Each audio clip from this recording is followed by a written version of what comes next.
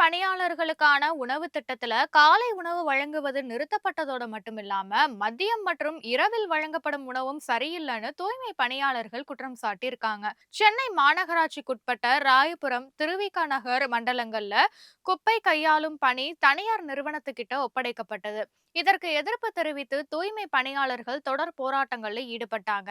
அவங்கள சமாதானப்படுத்துற வகையில அவர்களுடைய ஒரு நாள் கூலி ரூ. 585 இருந்து ரூ. 761 உயர்த்தப்பட்டது. தூய்மை பணியாளர்களுக்கும் 3 ஷிப்டுகள்லயும் உணவு வழங்கும் திட்டமும் அறிமுகப்படுத்தப்பட்டது. ஆனா முதல் ஒரு சில நாட்கள்ல 60% பேருக்கு மட்டுமே காலை உணவு வழங்கப்பட்டது. மற்றவர்கள் உணவு கிடைக்காமல் வீடு திரும்பியிருக்காங்க. தற்போது காலையிலேயே உணவு தயாரித்து வழங்க முடியாததால காலை உணவு நிறுத்தப்பட்டு அவர்களுக்கு மதிய உணவா வழங்கப்பட்டு வருது. பெரும்பாலான இடங்கள்ல தரமில்லாத உணவு வேண்டாம்னு தூய்மை பணியாளர்கள் வாங்காம இருந்திருக்காங்க.